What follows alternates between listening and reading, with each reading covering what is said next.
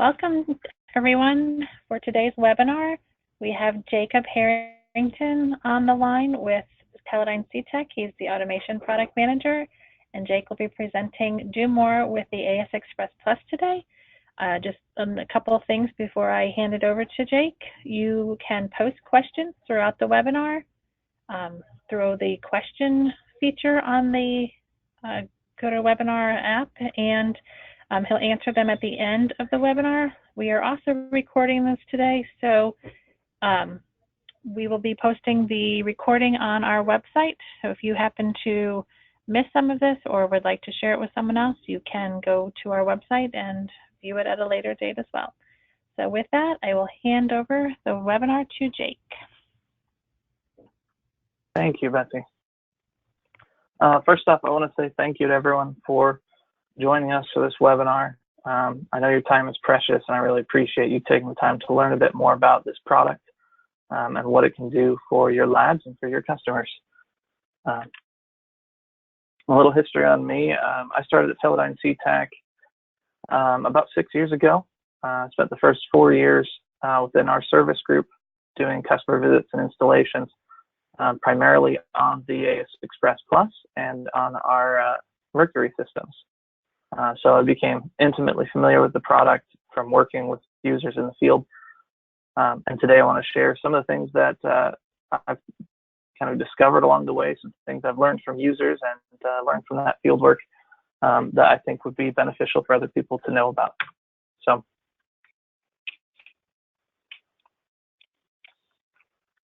what we're going to cover today is we're going to do a quick overview of the system, just how it functions and what it is, do an introduction to the timings and how you operate the system in conjunction with an ICP or ICP-MS analyzer.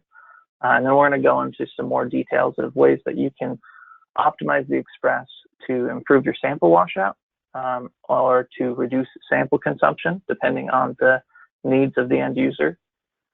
Also, we'll go through some of the hardware options, specifically your sample loops and valve options that you have. And then in the end, we'll talk about how you run a tune solution and the kind of recommended maintenance that we have for the system. So starting with the product overview, what you have here is the ASXpress Plus. On the right, you have the electronics module, and on the left, you have the valve pump module. The electronics module handles all the communication. So it acts as an interface between your auto sampler and your PC. It handles all communications and interactions between the ICP software and the auto sampler. It controls the valve pump module as well. But it's essentially it's like the brains of the operation. It's a box that sits in the back and it tells everything else what to do. It's designed to be very non-invasive. We can say that's invisible, so to speak, to the ICP software. That is to say that the ICP software sends the commands it would normally send to the auto sampler, and the ASXpress Plus inserts itself to add the additional functionality without the knowledge of the ICP software. So for installation and setup, it's a lot simpler than some pieces of equipment which are more invasive, because you're able to essentially run your ICP software the exact same with or without the Express. But with the Express, you get the benefits of a valve system, which is primarily that you're able to save quite a bit of time per sample. Now, the valve pump module itself contains two main components. So there is the metal-free multi-port valve, which is attached to a motor internally, and then the inert liquid pump. So the pump connects to the valve, and it's used to very quickly load our sample loop that's pictured here. That sample loop then essentially serves as an aliquot of your sample that is then driven into the nebulizer for analysis. But being able to load it very quickly with a liquid pump allows you to save a lot of time, allows you to reduce your uptake time on the front end. The valve system also allows for simultaneous analysis and washout of your sample probe line, which improves the sample throughput as it allows you to remove the additional rinse step that's typically needed in between each analysis. So one of the ways that I want to approach this, I mentioned time savings. That's what we always talk about with the ASXpress Plus, is that it will save you time and it increases your throughput. There's another way to kind of visualize what this system can do for you, and that's by approaching it from an operational efficiency point of view. So customers already made a large investment in their ICP or their ICP-MS or their lab. They've carefully chosen this system for its analytical properties and for the company that they want to work with. But it's a large investment, and we want to help people get as much as they can. So it helps, the Express can help get more of a bang for your buck on that large investment. And it helps with your daily investment of time. So we can help optimize the system and improve your efficiency by reducing the time between samples, by removing your time spent rinsing, and then by reducing solvent contact with the analyzer to allow more samples between regular maintenance. So get the most out of your investment. And one example of how this works is this is an environmental lab running on an optical system. They had a fairly long analysis time. And what you can see on the right there is we have a graphic that shows your uptake time, the analysis time, and the rinse. Your uptake is yellow, the analysis time is the green, and your rinse time is blue. And what you'll notice is the bottom is that's without the Express. You have a rinse time, and you see a lot less green on the bottom than you do on the top. So without the Express, they're only able to do 7 samples in 30 minutes. But with the Express, that doubles, and they're able to do 14 samples. But the other thing is that their operational efficiency, so the amount of time that they're actually analyzing, improved dramatically as well. So beforehand, they were at 40%. So out of every 10 minutes of analysis time, I mean, that's time the ICP is running.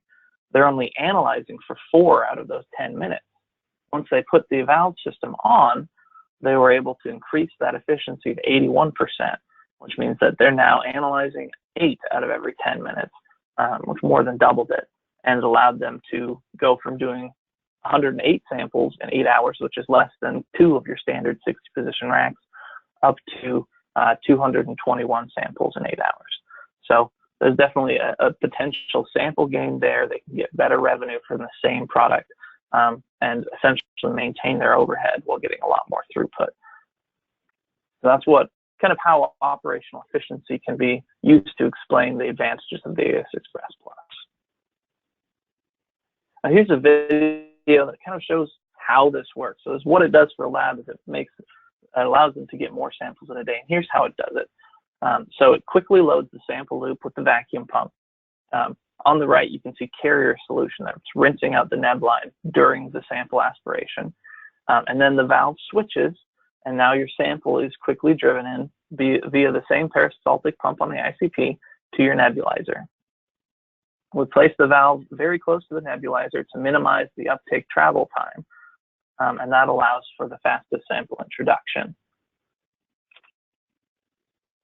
And here's a graphic that kind of shows an overview of how the ICP and the Express valve work together. Along the bottom, what you see is those are all the different settings for the ASXpress Plus that you'll see in our software. And each one of those can be configured to fit the user need. And this is how they interact. So we have essentially 3 different sets of timing, so to speak. We have some rinse steps that happen before the sample is loaded into the loop. And those steps, they do affect your overall sample throughput, but they don't affect your timings within your ICP software.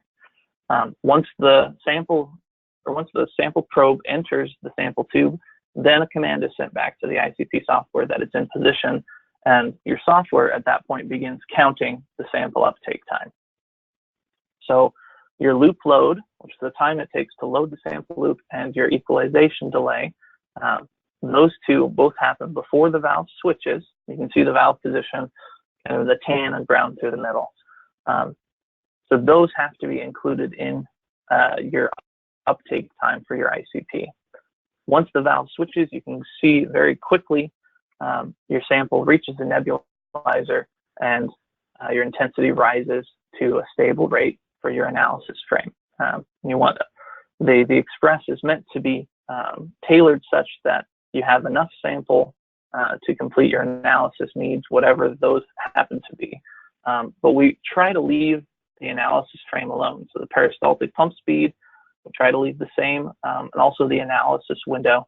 We want to leave those the same so that you get the same data quality, and we just reduce the extra time, the time for rinsing, the time for uptake, and really try to focus in to get more analyses per day. After the valve switches and the uptake begins and the analysis proceeds, the Express goes through a set of rinse steps. And these do not affect your overall sample throughput in any way because they happen during the analysis window, with the exception being that you have to ensure that the Express finishes all of its program before the analyzer finishes.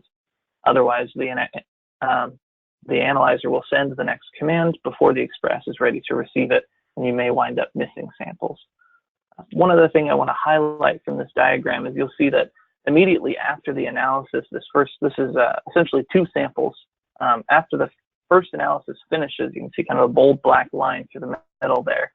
As soon as it's done, we begin the next sample preparation phase. So it immediately sends it to go to the next sample, and we start rinsing out and preparing for our loop load sample uptake and introduction.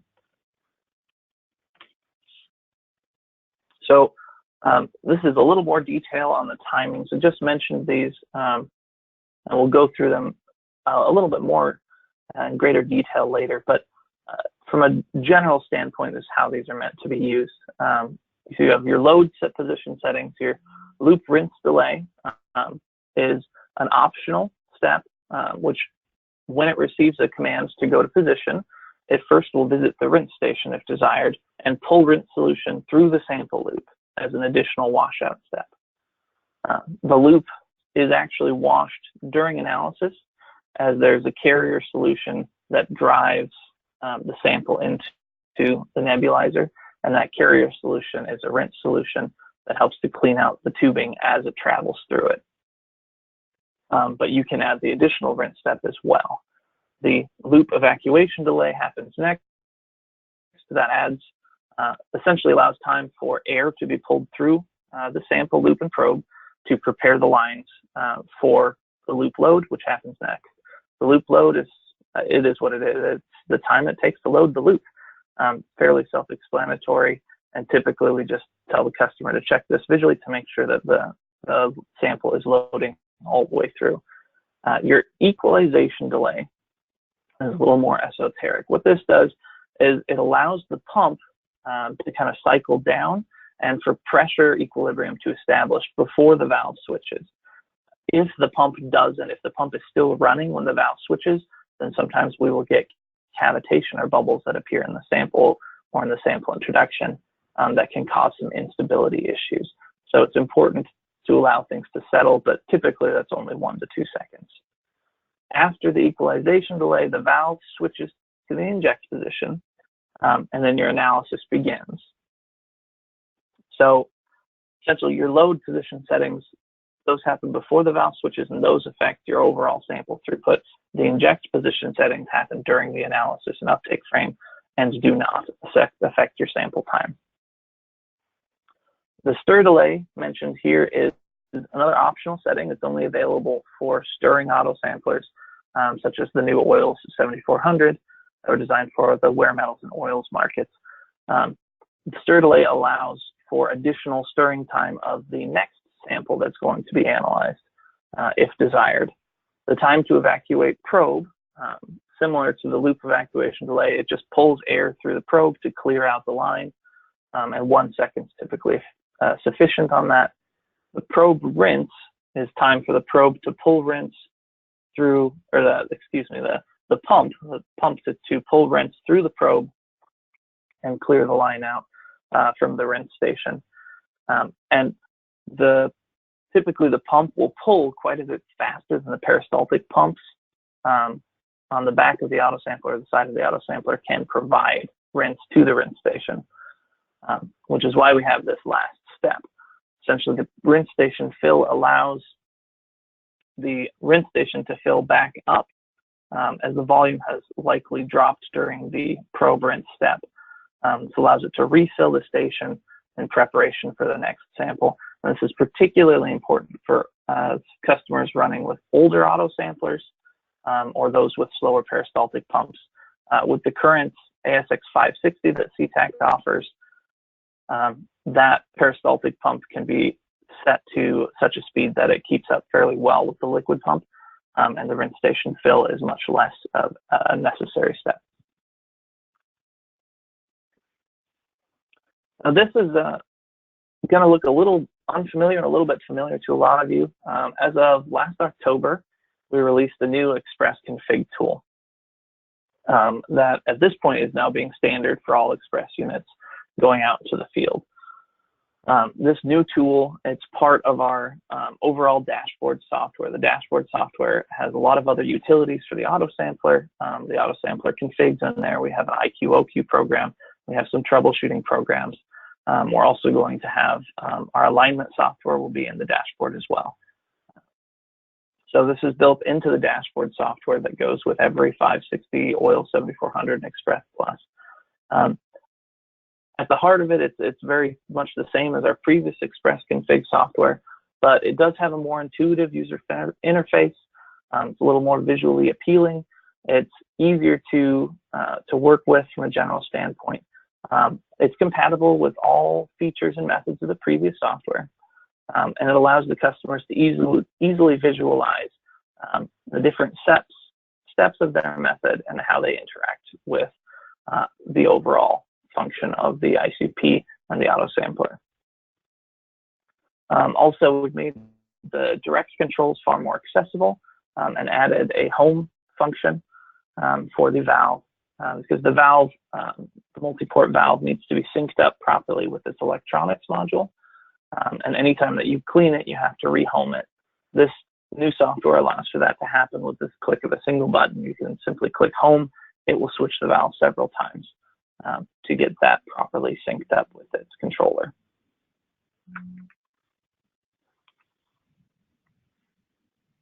So now that you've heard about all the settings, here they are a little bit in action. So this is a loop rinse. You can see it pulling rinse through the loop. Then the evacuation clears the loop out.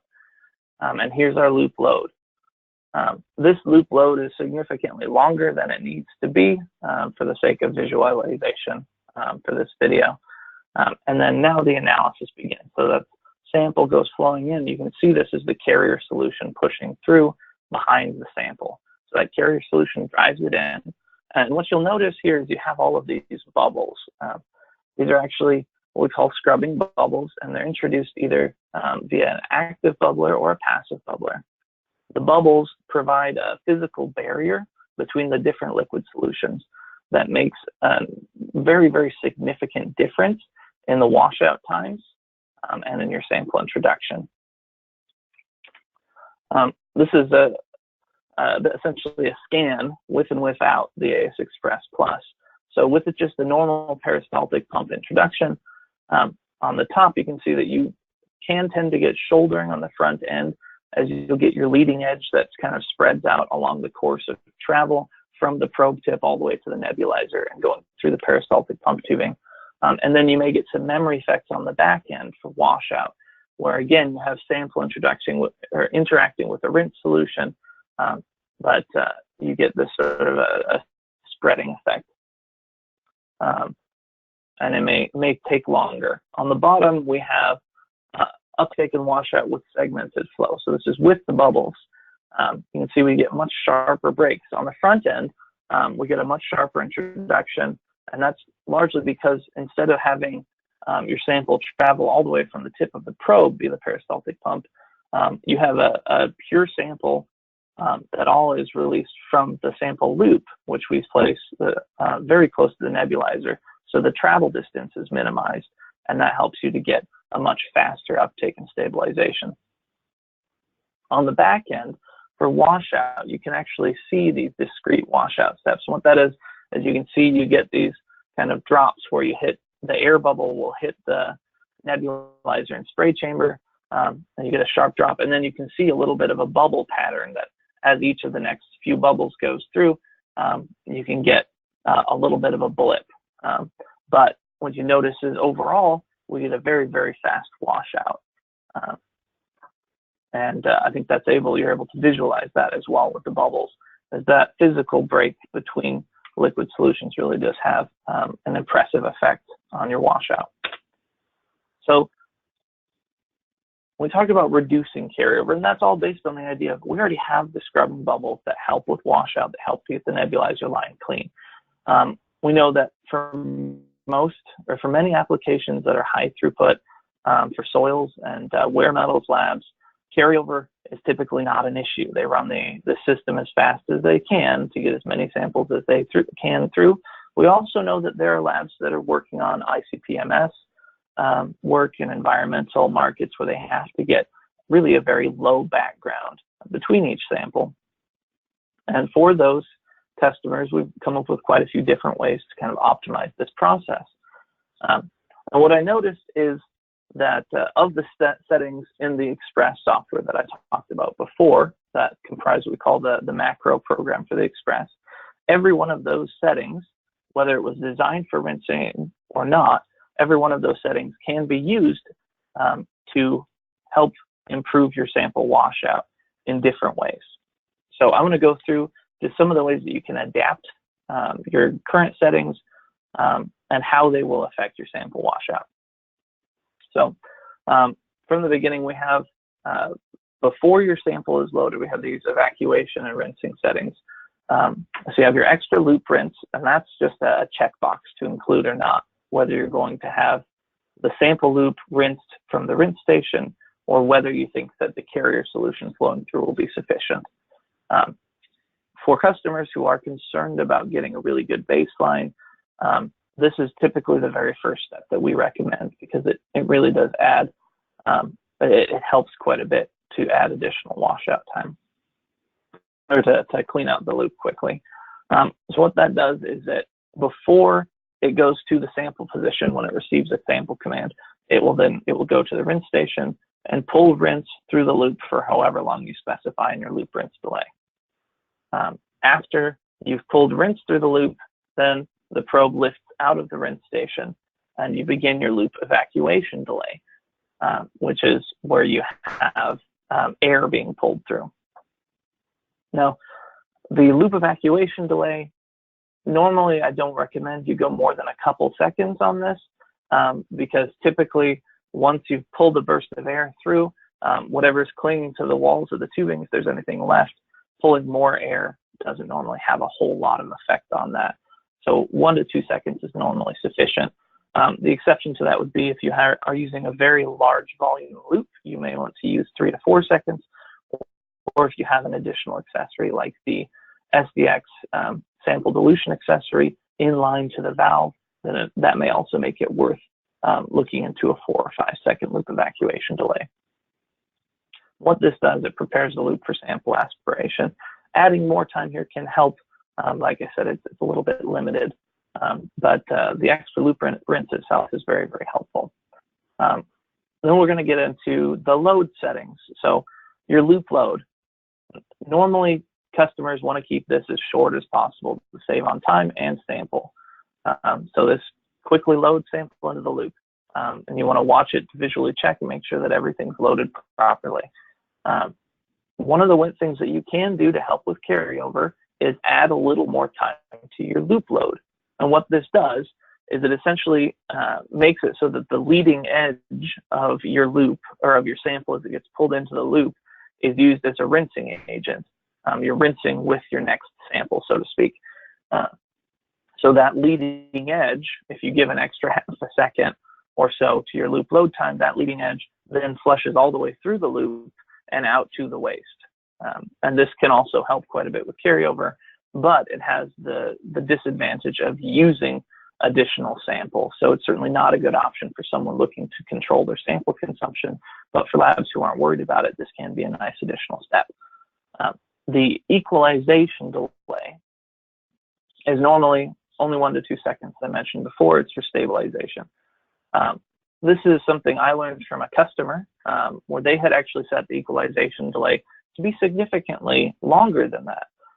And what that accomplished is it essentially just gave more time for the carrier solution to flow through the nebulizer line and make sure that that line, the sample introduction line to the nebulizer, gets cleaned out really well. It's not something that we'd normally recommend. Typically, if you tell me that I need more washout on my nebulizer line, I'm going to tell you that you should try to make your nebulizer line shorter, if at all possible. But occasionally, due to physical restrictions, that's not an option.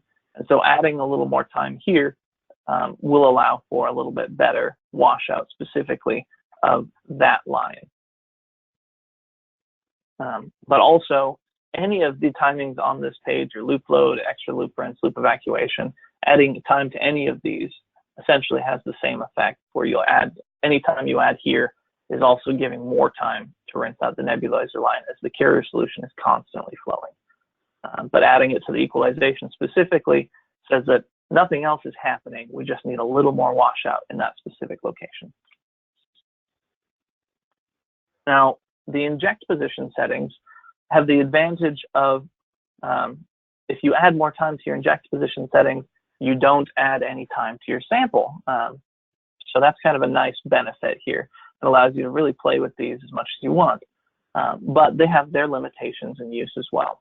The time to evacuate probe, all that does is pull air through the probe, and it only affects the probe line. So as much as it's nice to be able to say, well, I can put 5 seconds here and it won't affect anything, the truth is that it really probably won't affect anything. Once you do more than 1 or 2 seconds on that step, all you're doing is continuing to pull air. And because it only hits the sample probe line, doesn't affect the loop or the nebulizer, its scope is really limited. The probe rinse suffers from similarly limited scope, but then you're pulling clean rinse solution through, so it can be more effective. For customers trying to do soils, oils, something where they're not as concerned, they typically leave the probe rinse to just 1 second. For normal environmental labs, I'd typically recommend 3 to 5 seconds. I have seen customers who ran this as high as 10 or 20 seconds, but there's a couple limitations. One is this only affects the sample probe, and the second is that eventually the rinse station will likely just run out of rinse solution, and then you're back to just pulling air, and you again have really limited efficacy. But it does have the advantage of not affecting your sample throughput. The rinse station fill we mentioned, the key thing here is just making sure that everything is prepared for the next sample. If you don't give enough time to this step, then you can have something where the rinse station has a little less solution in it, sample after sample, until you get to a point where it's being completely emptied and only partially refilled on each sample run. And then you can get diminished washout because we don't have enough time for this particular setting. Now, remember that the Express macro, making changes here, that the macro has to finish before the ICP analysis does, and that's critical. Also, it may take some time to play with your settings to find the best approach. As I mentioned, some of these settings only affect the probe line. Some of them affect the loop and the probe. Some of them affect your nebulizer introduction line. So you have to actually think about what this setting is affecting in terms of my hardware washout, and where do I think the carryover is likely coming from. And also keep in mind that, as I mentioned, the load settings will affect your sample to sample time, and the inject settings will not. So that helps to prioritize where you put your additional rinse time because they do have an impact on your throughput. Another growing concern for many ICP-MS applications is reducing sample consumption. And we have customers who have been running fairly limited volume samples that would like to add a valve function to it. And we have customers who have been running with the valve and would really like to reduce their sample consumption for the ICP-MS market. But this is something that can also be beneficial for environmental organic labs, as it may facilitate the ability to repeat a sample and get 2 runs out of it without having to re-prepare that sample. So there are 3 main components of hardware that affect sample usage. Those are the sample loop, which is the most critical, the sample probe, and then the multi-port valve, all 3 of those. That's kind of your flow path from probe to valve as you load your loop. Also, keep in mind that lowering the peristaltic pump speed or the analysis frame, those can also help reduce your sample consumption, as it will reduce the amount of sample needed to complete the analysis and allow you to use a smaller loop, but are typically not preferred. And I'm not going to talk about those because those solutions affect performance of your analyzer. They can affect your intensity levels and affect your baseline and your LDLs. And so what we want to do is focus on solutions that allow you to maintain your data quality and integrity while simultaneously reducing your sample consumption. So first off, the loop. The way that you choose a sample loop is the sample loop should match your application, first and foremost. So you want to make sure that your application is optimized for performance, and then find the sample loop that will fit to it, rather than trying to have a fixed volume and make your application work to that volume. As much as possible, we want to make sure that the data quality comes first. So it's real quick, the sample loops themselves, I'll describe. They're all made of PTFE. They come in a lot of different sizes, you can see listed here. And they come with ferrules and fittings pre-attached. These loops are specially treated to help them keep their shape and form, and make them more convenient to work with and use. The 1 millimeter loops that you see on the right, those are typically recommended for organic solvents because the smaller ID helps to prevent cavitation with viscous solvents, whereas the 2 mil loops are recommended for aqueous solutions or really anything non-viscous, because they optimize speed performance. The larger ID reduces restriction, allows you to get faster load times. But from a chemical standpoint, the different style loops are identical. So if you wanted to use the smaller ID loops for an environmental application, you certainly could, but what you'll find is that your loop load time will increase due to the additional restriction. When optimizing your loop, the best way to do it is to actually run a couple samples. And what you're going to do is you want to run samples that have your longest analysis time. If the analysis time is at all variable, then you want to run your hardest samples to make sure that you've got your maximum volume requirements met.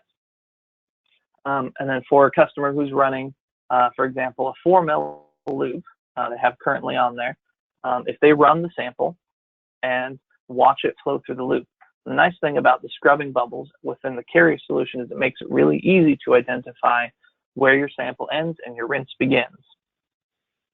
So you watch for those bubbles, and then once your analysis is complete, try to see how much sample loop do I have left from what we pulled up originally. With the 2 millimeter loops, the larger ID loops, each one of those coils, and by a coil I mean kind of a one-time around loop, one wrap, each coil represents about 1/4 of a mil in terms of volume. So for a 4 mil loop, if they had 3 coils left with sample in it, then the user could easily say, all right, well, I can definitely go down to the 3.5 mil loop, and I may be able to go down to the 3.0 mil loop, depending on exactly how it lays. And then by getting the next size or two down, you can pull that. I mean, that's essentially volume you just immediately remove from being used. So this is the most efficient way to reduce your volume, is to make sure that your loop really is the right loop for your application. And then for the organic loops, excuse me, I want to mention the organic loops, the 1 millimeter ID, one coil similarly is about 0.1 mils. So it's 0.25 for the larger ID and about 0.1 for the smaller ID to help with estimations. Once you think that you have your best loop and you've optimized your loop load times to match it, then the next thing to do is to look at your probe volume.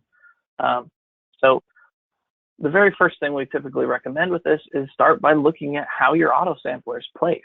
You want to make sure that that is as close to the analyzer as possible, because any space between your analyzer and your auto sampler is just dead space in the line. So that's going to be extra volume that you don't need to be wasting just for travel purposes.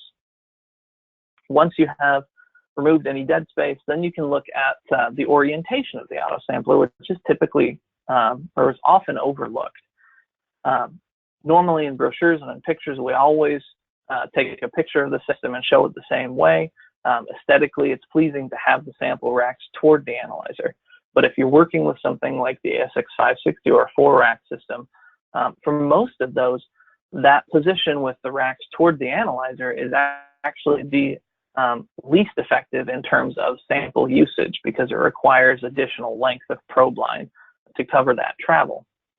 So what the diagrams on the left show is the kind of optimal arrangement, assuming that an ICP or your analyzer would be on the left side of the screen. The green lines show the shortest flow path, and each one of the lines represents from essentially the middle of one side to the farthest sample position that would have to travel. So green is the shortest, blue is in the middle, and red is the longest orientation. It really, this depends on the auto sampler that you're using, what the best orientation is going to be for that. It's a fairly simple thing for a user to determine. Essentially, what I normally recommend is you leave your probe attached to your valve system, detach it from your auto sampler so that you can move the probe freely and make sure that if you turn it, how far does it take to now get to the shortest sample or the farthest away sample position. You want to verify that length. And then you can even mark it on the tubing and say, okay, if I did this, then we could cut off 6 inches. If I turn it this way, then I could cut off 10 inches and so forth. With that, you do want to keep in mind that you have to travel up and down as well as side to side. It's always best to leave a little bit extra length just in case. Just in case something gets bumped or moved, you don't want the probe to catch and get damaged. So, when you look at this, optimizing the auto sampler placement can really have a very large impact on the amount of tubing travel and therefore on your sample consumption. And part of why the tubing matters so much is because the sample probe ID that we provide for this, it's the largest ID probe that we sell for ICP or ICP mass applications. It's the 1.0 millimeter ID probe, and it's designed for speed. So this whole product was built around trying to help people optimize from a speed standpoint, a throughput standpoint. That's why we use this probe by default. And for most customers, that's exactly the right answer for them, is they want to optimize the speed. In rare cases, it can be worth using a smaller ID probe, such as a 0.8 millimeter ID probe. One example of this is there's a customer who was trying to get down to less than 1 mil of sample per shot. He had a very small loop on there. What he found was that the small loop provided provided almost no restriction, and he set the loop load time all the way down to half a second, and it was still too much time, and it was pulling too much sample because it pulled so quickly due to the lack of restriction on the line. For that customer, I said, all right, we'll try it with the 0.8 mil probe. And what that does, it actually slows down the loop load speed fairly significantly. That gives the user a lot more careful control and granularity over setting the timing to be exactly right, because it slows it down and gives you better control. Now, most users, that's the opposite of what they want. They want it to run fast, but for users who are really concerned about sample consumption, this can be a very, very nice option to allow them to gain better control over their usage. That minimizes or lessens the volume used in travel, because, of course, lowering the ID of the sample probe itself lowers the volume that it takes to reach the valve in the first place.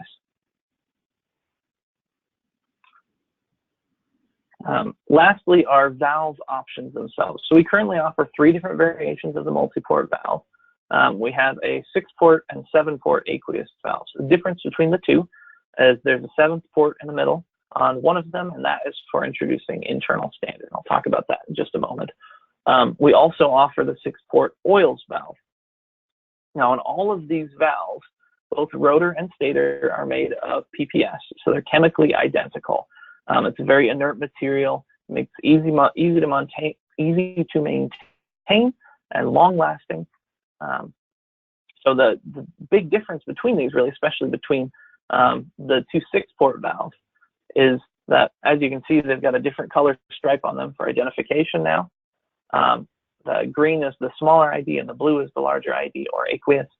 But the real differentiator between the two is the ID of the sample pathway. So that applies to both the sample ports themselves and the spacing on the internal rotor is quite a bit smaller in the organics loop than it is in the aqueous loop.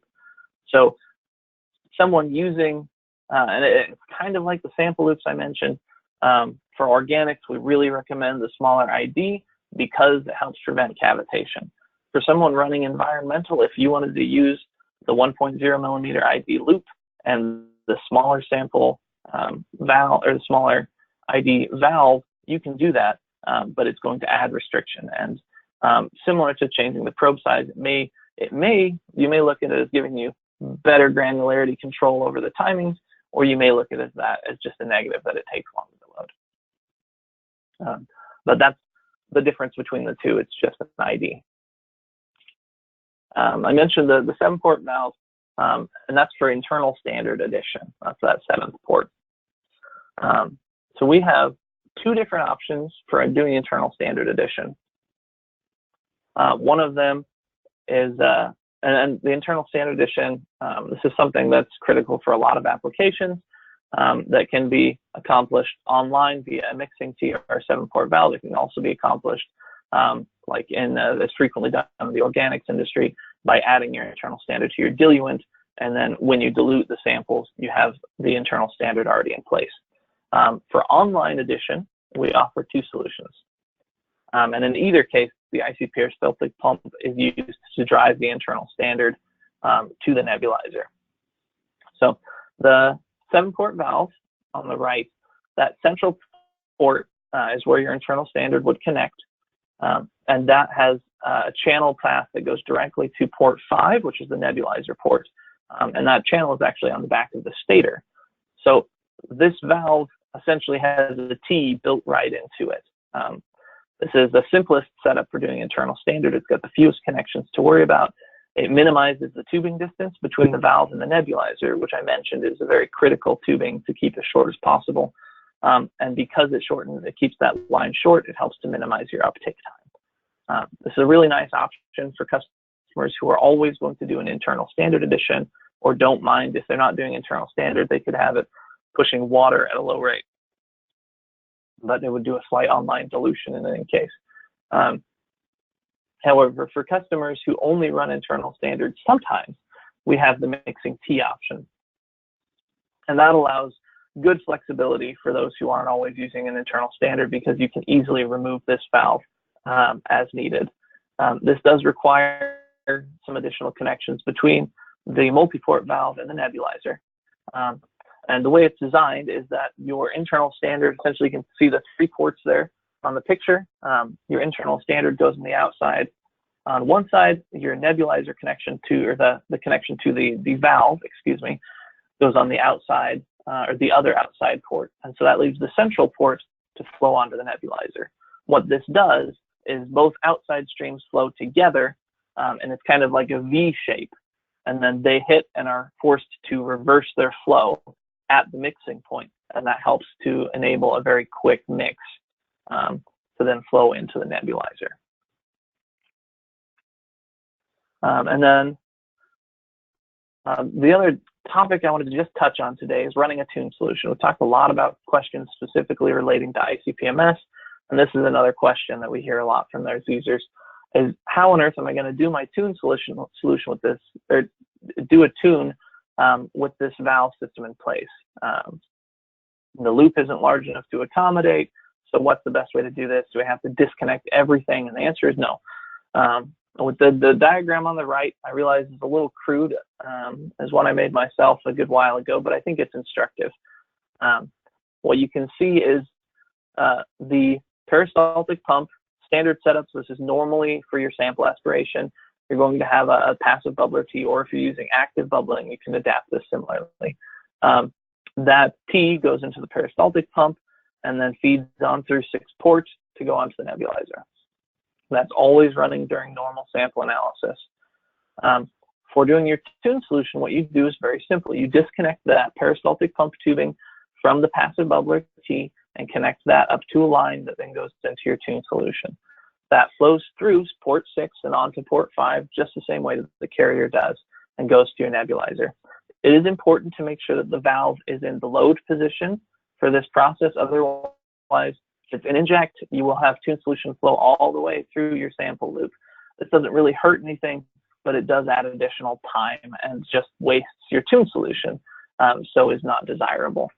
This is the best way to do it, and it's fairly simple. It's really not very different from how you would do your tuning solution without the valve system, and prevents having to disconnect and reconnect any of the fittings and ferrules. You just do a peristaltic pump tubing change and you're good.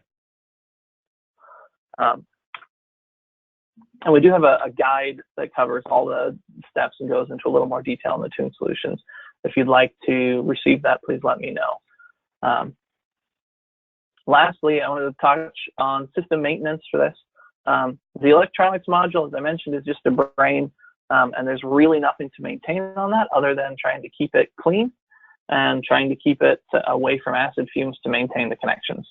But the VP module has a couple of components that have a lot of action going on a daily basis and so require cleaning regularly. First is your multi-port valve. Whether it's a 6-port valve or a 7-port valve, they need to be cleaned regularly. And what we always recommend is that you start cleaning it every couple weeks, every 2 weeks. And then if you find that you're opening up the valve to clean it and there's nothing to clean out, well, then maybe you can bump it out to once a month. We have customers who clean it once every 2 or 3 months because they've got really clean solutions normally. We have customers who, on the opposite, are cleaning it on a weekly basis because they're running really dirty samples and they get a lot of buildup. The critical thing with cleaning the multi-port valve is just to remove any debris. If debris builds up in those ports, then as the valve switches over time, that can actually cause damage to the rotor or the stator. So it's important to clean that out regularly.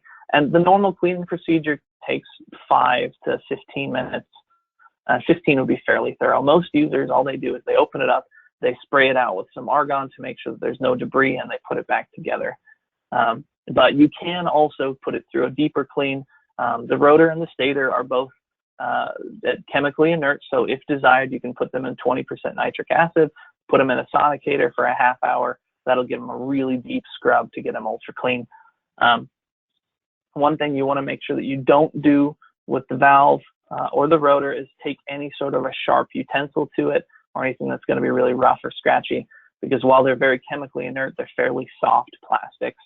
And if you go after it with something like a pick to get out impurities, what you can wind up doing is damaging the plastic, and then you have to replace the valve. So that's the valve, and it's really a fairly simple step. The liquid pump, similar to the valve, everything flows through the valve and then to the pump. So it can also build up debris over time. Typically, what you'll notice if it does need to be cleaned is that you'll get a lack of suction, or you'll start to see increased load times. It doesn't seem like the loop is really loading all the way. Frequently, that's evidence of the pump needing to be cleaned. So we typically recommend that the pump is cleaned every 6 months. And the procedure takes about 20 minutes, 20 to 30 minutes. It's very similar to the multi-port valve in that the components that you're cleaning are very chemically inert, and most of them, save for the gaskets, can be sonicated. But normally we recommend that you just clean it out with water or some IPA or acetone to get out any buildup. And kind of scrub at it with a Q-tip. Again, don't use anything really harsh or abrasive, or you may damage the materials inside. And both the valve and the pump are designed asymmetrically, so they only go back together one way. And if you try to put them back together the wrong way, you won't be able to get the screws in. So that's fairly clever design from our partners. It makes it really easy from a user standpoint. You don't have to worry about making sure that you get the rotor back in the right position so that you have the same spots on the rotor matching the spots on the stator. It only goes together the one way. And that's everything I had for you today. I hope that you found something in this that'll be useful to you. I really tried to put out some information of things that I've learned personally over the years that I thought would be applicable to our users in the field. If you need any more information, you have any questions, please feel free to contact me. My information is here, jacobharrington@teledyne.com. Alternatively, you can also contact our service group at CETAC service@teledyne.com.